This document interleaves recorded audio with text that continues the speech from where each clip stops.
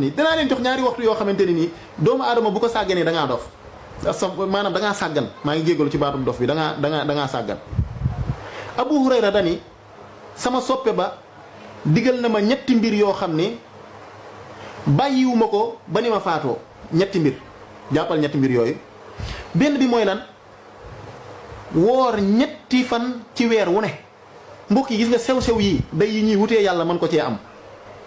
mooy weer wu ñëw rek fexe cee woor ñetti fan loolu góorgóorlu ci weer wu ñëw góorgóorlul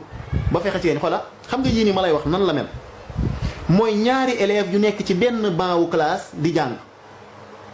ñu leen di jàngal seen programme bi ñu war a examen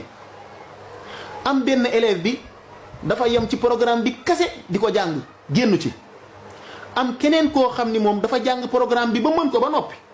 daal di def na culture générale dem jël yeneen ñi nga xam ni bokkul ci programme bi waaye day gën a dëgëral programme bi gën koo yokk culture générale mu jàng ko ñoom ñaar bu ñu examen ñoom ñaar ñëpp mën nañoo jàll waaye boo waxtaanee ñoom ci culture générale di nga xam ne kii moo ko ci raw